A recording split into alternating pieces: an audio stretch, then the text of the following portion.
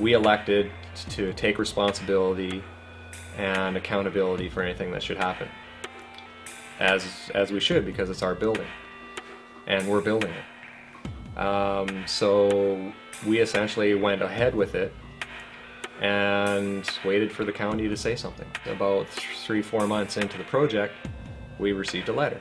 That letter essentially indicated that we noticed that there's some development. Please stop the development until you fill in a development permit. Well, I had been studying my human rights for a couple of years at that point, so I sent them a letter essentially outlining that I am an individual, not a person or corporation, and that you don't have jurisdiction over anything that I do, and that your letter also indicated that if I sign this, you have permission to come on our property.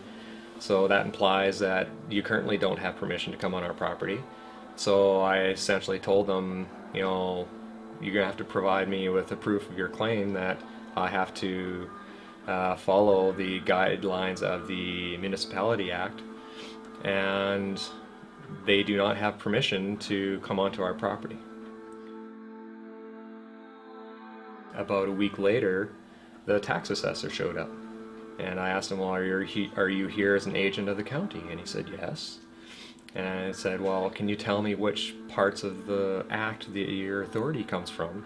And so he told me, and I said, tell you what, let me look those up and I'll get back to you. And he was quite reasonable. He agreed with that, and he left without any incident.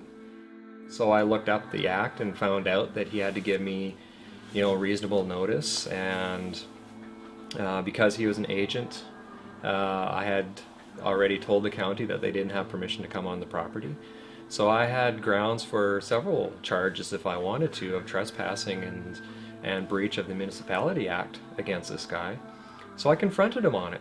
The final result was I got a letter from the minister indicating that I had several good points in my letter, and that he encouraged me to settle my dispute with the county, and he essentially washed his hands of the whole thing. And I haven't heard from the county since. They've left me alone now for 2 years. I can't have freedom unless I also recognize that I have a duty. And I have a duty to share with people what I've learned from not only the legal aspect, but also the spiritual, emotional, mental, and physical freedoms that I've been working on. I felt that part of my duty was to start getting out there and start teaching this